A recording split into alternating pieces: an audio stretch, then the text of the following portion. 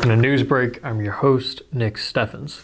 Getting into today's top stories, the death of a 7-month-old infant in September is shining a light on a growing problem in Iowa's foster care system. The infant, who has been identified only by the initials LD, was formerly in a Washington family's foster care. The infant's death comes 6 years after another high-profile death of a 17-month-old girl with the initials AM in rural Riverside, whose death was ruled a homicide. That girl's biological mother, Ambracia Churzin, was sentenced to 50 years in prison for the case in 2018. AM's father, Anthony McCoy, was sentenced to 9 years for involuntary manslaughter and child endangerment. An autopsy report in Churzin's trial said malnutrition and neglect contributed to AM's death in her biological parents' care. In the case of LD, the cause of death was unexplained sudden death, and the manner of death was classified as undetermined, according to the state medical examiner's office.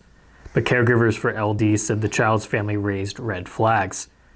We tried to teach and coach the 14-year-old birth parent to be a mother, but by May, we had to get the mom removed because she was not safe around her own son, said John Gish, a former foster parent to LD and prosecutor of AM's parents as Washington County attorney, in a now-deleted Facebook post.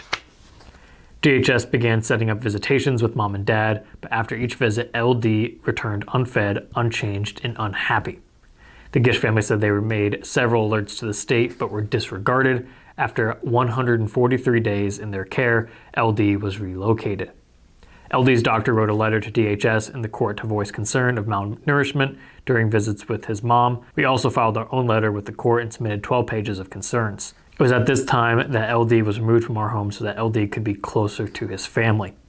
On September 30th, LD died in Central City, according to his obituary. John Gish said he had suspicions about the death.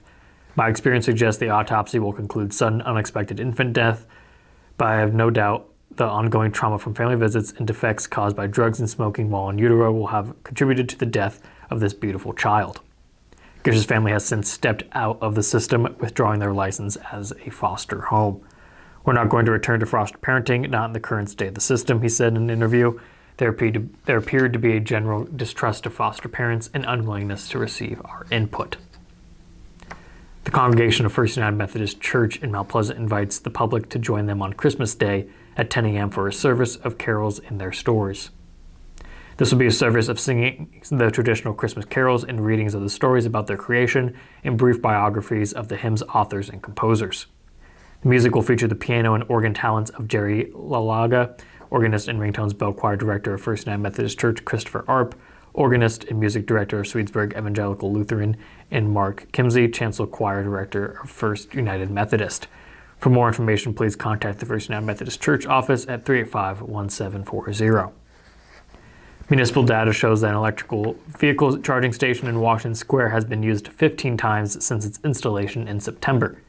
City Administrator Dan McCusker said the number wasn't surprising given the season. McCusker said the city was already promoting the charging station, which as mentioned in a newsletter on its website and apps for drivers seeking a place to plug in. Thus far, McCusker said she heard no feedback on the station, positive or negative. The spot generates data, however, which the city can review. Mayor Jan Rosine said the station had generated $30 for the city. McCusker said vehicles parked there had charge amounts ranging from 0.74 kilowatt hours to 19.9 kilowatt hours. Municipal ordinance change finalized at a December 6 City Council meeting designated a second parking space for the charging station. The usage fee remains at 22 cents per kilowatt hour, the same rate set by city officials when it was switched on. Hopefully we'll see the usage increase, McCusker said. We're going to take a brief break, and when we come back, we'll have the weather and sports. Since 1905, Kelowna Cooperative Technology Company has helped our community stay connected with the latest advancements in clear, dependable telecommunications services. KCTC provides rural Iowans with access to high-speed fiber internet, as well as phone, television, computer repair, and cybersecurity solutions. We're also proud supporters of local organizations and area schools within the community. KCTC, keeping Kelowna connected.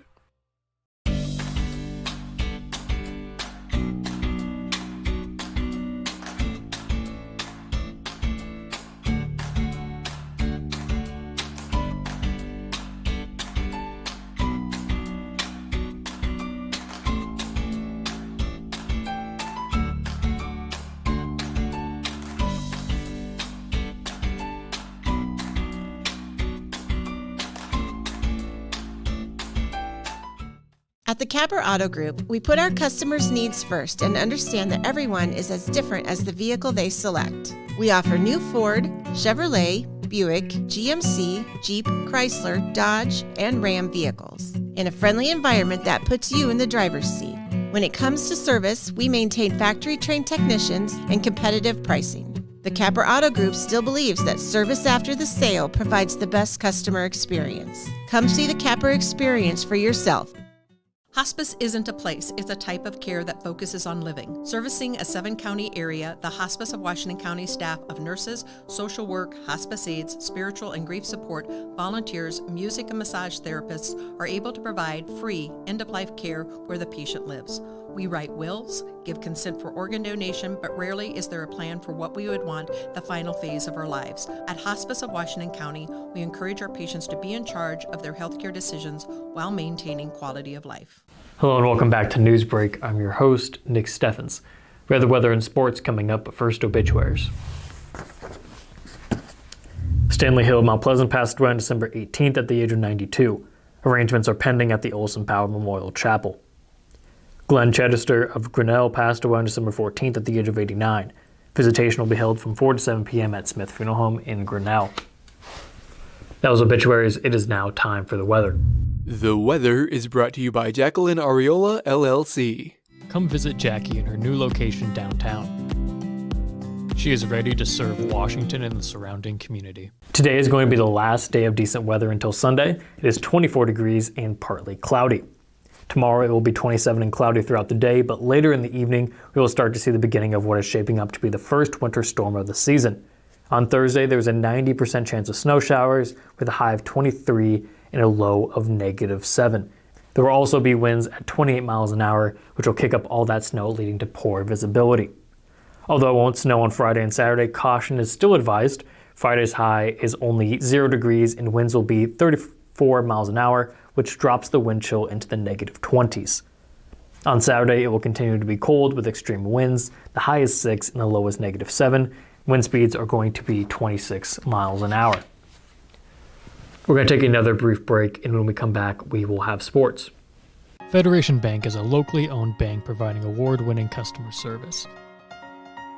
We believe that we are more than just a federation of banks, but a federation of communities, serving Brighton, Richland, Wellman, and Washington, Iowa. Federation Bank's highly skilled staff is here to make sure you are able to accomplish your personal and professional goals, whatever they may be. Federation Bank, your family bank.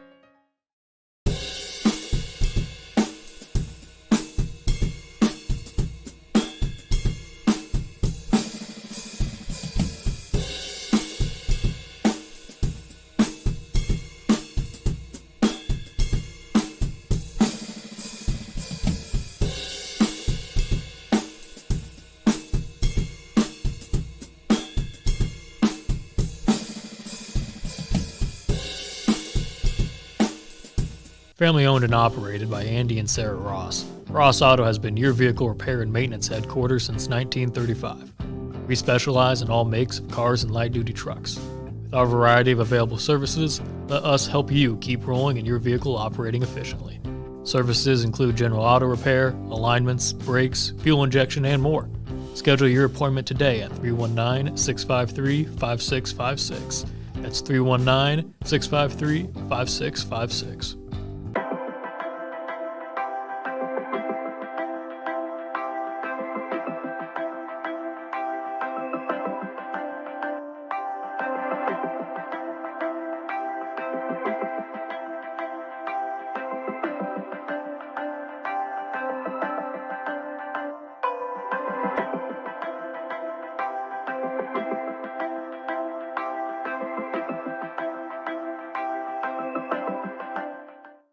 Hello and welcome back to Newsbreak. I'm your host, Nick Steffens. It is now time for sports. Sports, brought to you by Fairway.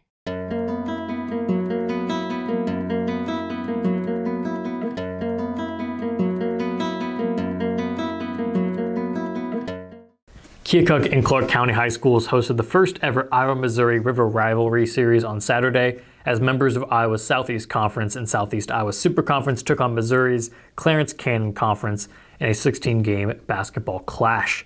The boys' series was dominated by the state of Iowa as the Hawkeye State went 7-1 on the day, including a win from the Mount Pleasant boys. The girls' series was split 4-4 with Washington picking up one of the Iowa's 4 victories. The morning began with a dominant performance from the Mount Pleasant boys in Keokuk. The Panthers rolled Monroe City 62-27 to earn the first victory on the boys' side. Peyton Hagan scored 16 points for the Panthers, Carter Amos had 14, and Aiden Ashton added 13 to give Mount Pleasant 3 double-digit scorers. Later in the day, the Washington Demons were defeated in the boys' series.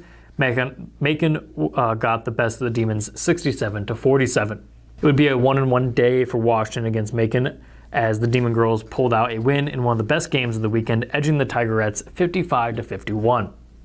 After a strong start, Washington saw a 26-23 halftime lead turn to a 40-36 deficit after 3 quarters. The Demons had to rally back, and rally back they did. Washington took the lead on a layup by Alex Murphy with just over 3 minutes to go, and then Kendall Henriksen sank a dagger 3-pointer on the next possession to put Washington up 4. Macon had a chance to tie the game in the final seconds, but a last-second layup rolled off, and Murphy cleared the board and sank 2 clinching free throws. Murphy finished the night with 12 points, Leighton Messinger had 11, and Kendall Henriksen scored 10. The Mount Pleasant girls played a nail-biter as well, but this time it went the other way, as Highland of Missouri scored a comeback victory, knocking the Panthers off 42-36. After trailing 27-26 after 3 quarters, Mount Pleasant had a 3-point lead with a few minutes left in the game, but the Panthers couldn't quite close it out. Andre Laprieto scored 19 points in the loss for Mount Pleasant. Tristan Scholl and Julianne Burns scored 6 points each, and Kate Schimmelfinnig had 5. That's the news for Southeast Iowa. I've been your host, Nick Steffens. This has been your news break, and I will see you next time.